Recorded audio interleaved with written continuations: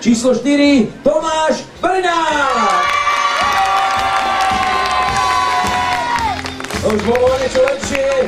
To už bolo o niečo lepšie. Jeden skutočne z posledných Mohikánov, pretože už vás nie je veľa, ktorí ste, ja keď to teraz mám správne poznačené a dobre som pozeral, ste traja, ktorí sa môžu píšiť tým, že zasiahnu do 4. sezóny v rade, ale ty toho z tých troch máš odohrané najviac. Bolo ťažké leto asi? Bolo ťažké leto. Veľmi ťažké leto. Ale tak robili sme všetko preto, aby sme tu boli, takže sme tu a urobíme všetko preto, aby to leto sa nejako odzrkadlilo. Lani si bol kapitán, teraz to bude Ačko, tak ti odpadnú niektoré povinnosti. Bude to jednoduchšie, alebo už si zvykol na to Cčko? Teším sa, že tých povinností bude menej. Máš nejaký plán, koľko bodov by si chcel získať?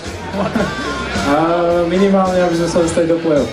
Budeme veľmi držať palce a tu vidím strašne veľa zamilovaných dievčat, ktoré ty si niečo ako Justin Bieber. Dievčata, ktorá z vás by sa vydala za Brňáka?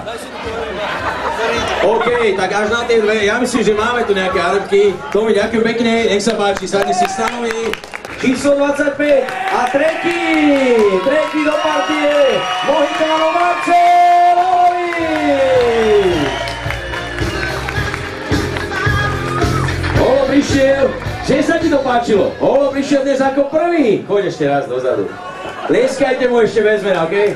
Počkaj, vyskúšame si aj pokrik mena. Dobre, to sme zatiaľ neurobili. Marcel Holovič, 3, 4, vyvolajte si ho. 3, 4. Marcel Holovič! Marcel Holovič! Marcel Holovič! Mne sa to páčilo viac než tebe.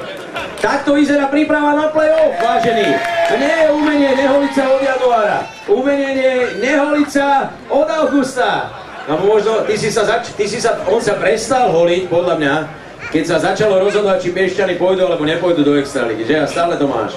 No je to už možno aj taký mesiac, sa neholím. Ale pasuje ti to, vyšlo to výborne. Keby to malo priniesť úspech v podobe postupu do play-off, tak sa možno fakt nebudeš holiť do februára. Budú ti hovoriť dobrý deň, pán Hanzuš. Keď to prinesie úspech, tak prečo nie? Posledný hráč, ktorý je v zákulisí, je náš kapitán, číslo 21, Richard Filip!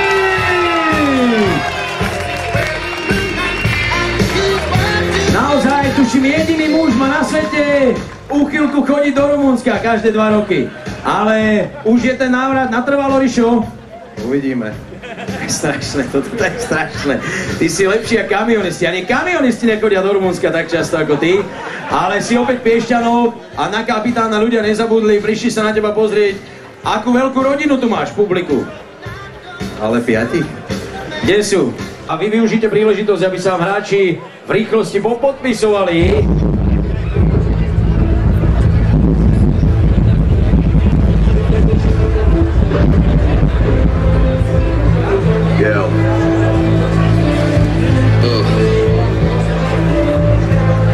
Táto skladba je špeciálne venovaná piešťanským havranom. Kto z hráčov najviac donáša na ostatných?